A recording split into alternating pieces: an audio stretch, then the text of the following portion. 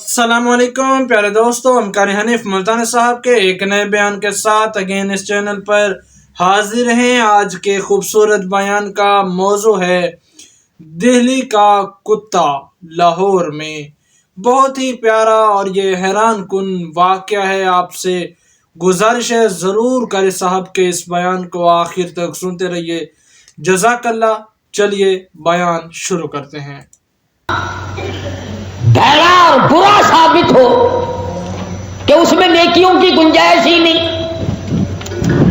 حضرت شاہ عبدالعزیز صاحب دہلوی رحمۃ اللہ علیہ لکھتے ہیں کہ گناہگار کی چھاتی کو چیر کر کھبا ہاتھ اس میں سے آگے سے گزار کر، یعنی ہاتھ پیچھے نکال دیا جائے گا اور اس میں نامہ اعمال پکڑایا جائے گا، گویا یہ پہچان ہوگی برے آدمی کی۔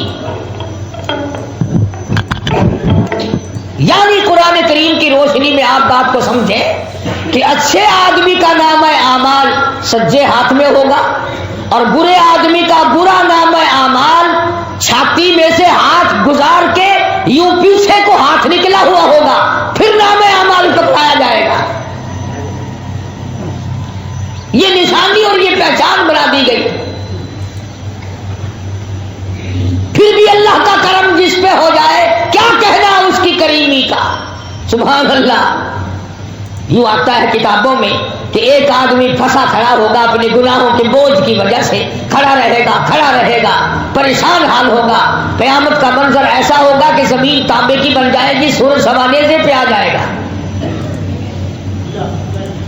تو اللہ پاک جل شانہ فرمائیں گے، میرے بندے کیا حال ہے تیرا؟ عرض کرے گا الہی اماں ابا بیوی اولاد سب چھوڑ گئے، کوئی میرا ساتھ دینے والا نہیں، کوئی میرا بنتا نہیں، مجھے اپنا رشتہ دار کوئی نہیں مانتا، مجھے اپنا ہمسایہ کوئی نہیں مانتا، مجھے اپنا قبیلہ برادری والا کوئی نہیں مانتا۔ تمام کے تمام جواب دے گئے، سب چھوڑ گئے، مجھے پوچھنے والا کوئی نہیں۔ اللہ پاک جل شانہ فرمائیں گے، او میرے بندے آ جا، ساری دنیا تجھے چھوڑ گئی ہے، تمام کے تمام لوگ تجھے چھوڑ گئے ہیں، میری رحمت تجھے کیسے چھوڑے؟ میں تیرا خدا، تو میرا بندہ۔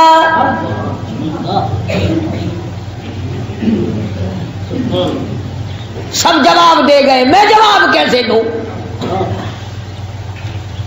تیرے سوا میرا ہے، تیرا یعنی تیرا میرے سوا تیرا اور ہے کون؟ ایک حدیث پاک میں آتا ہے، ذرا غور کیا کرو ان جملوں پہ۔ اللہ پاک کے محبوب صلی اللہ علیہ وسلم نے فرمایا کہ اللہ پاک یوں فرماتے ہیں، او لوگوں جس کا دنیا میں کوئی وارث نہیں، اس کا وارث میں خدا بن جاتا، جس کے سب سہارے ٹوٹ جاتے ہیں اس کا سہارا میں بن جاتا ہوں، جس کے سب آسرے ختم ہو جائیں اس کا آسرا میں خدا بن جاتا ہوں۔ تو بندہ جب پریشان کھڑا ہوگا، آواز آئے گی پروردگار عالم کی طرف سے کہ ادھر آ۔ خدا جب کسی کو بخشنا چاہے، کون ہے روک ٹوک کرنے والا؟ حدیث بطاقہ کے نام سے کتابوں میں ایک حدیث موجود ہے کہ اللہ پاک جل شانہ انگلی کے پوروے کے، یہ جو انگلی کا پورا ہے، اس کے سرے کے برابر ایک کاغذ حق سبحانہ و تعالیٰ نکال لیں گے۔ اللہ پاک اس پوروے کے سرے کے برابر ایک چھوٹا سا کاغذ نکال لیں گے اور وہ کاغذ نکال کر نیکیوں والے پلے میں رکھ دیں گے۔ حضور کریم سب کہہ دو صلی اللہ علیہ وسلم نے فرمایا، گناہوں کا نامہ اعمال اور وہ پلہ جو ہے وہ ہوا میں اڑ جائے گا اور نیکیوں والا پلہ یکدم جھک جائے گا۔